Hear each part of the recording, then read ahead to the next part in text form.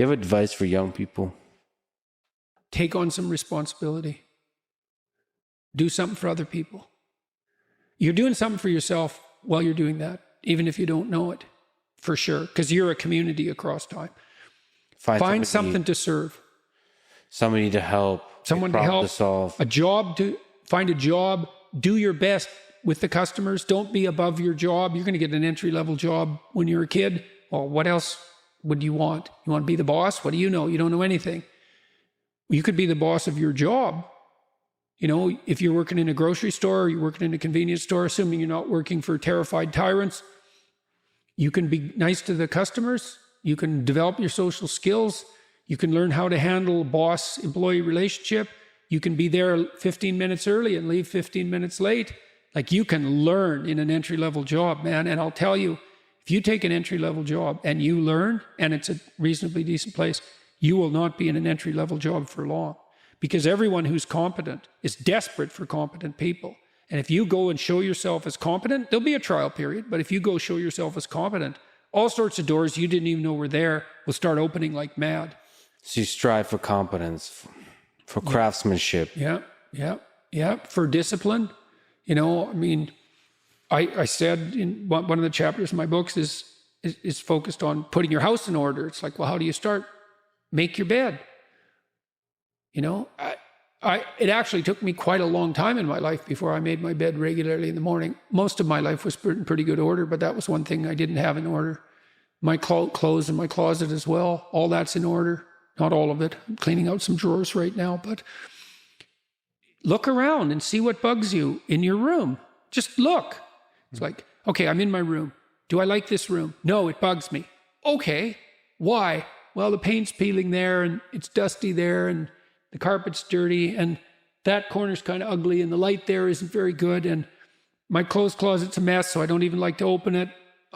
Okay, that's a lot of problems. That sucks. That's a lot of opportunity. Pick something and fix it. Something that bugs you. Yeah, but not too much. So the rule is, pick something that you know would pick a problem. Pick a solution to it that you know would help, that you could do, that you would do. So you have to negotiate with yourself. It's like, well, I won't clean up this room. How do you know? I've been in here for 10 years and I've never cleaned it up. It's like, well, obviously that's too big a dragon for you. Would you clean one drawer? Find out. And so imagine now you want to be happy when you open that drawer and you think, well, that's stupid. It's like, is it? Maybe it's your sock drawer, which I cleaned up in my room the other day, by the way. You're going to open that every morning. Yeah. So that's like 30 seconds of your life every day. Okay, so that's 3 minutes a week. That's 12 minutes a month. That's 2 hours a year. So maybe your life is made out of, you've got 16 hours a day. So you got 200 5-minute chunks, and they repeat. A lot of them repeat. Mm-hmm.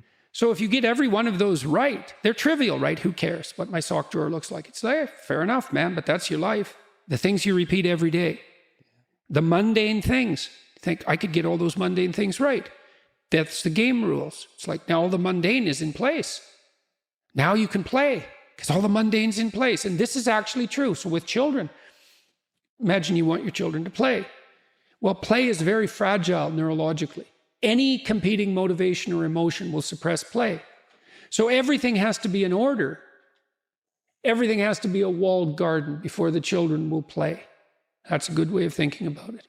So you put everything in order and you think, oh my God, now I'm tyrannized by this order. It's like, no, you aren't, not if it's voluntary. And then the order is the precondition for the freedom. And so then all of a sudden you get all these things in order. It's like, oh, look at this. I've got some room to play here. And then maybe you're not depressed. Now, it's often not that simple, you know. It's not that simple. Try putting your room in order, perfect order.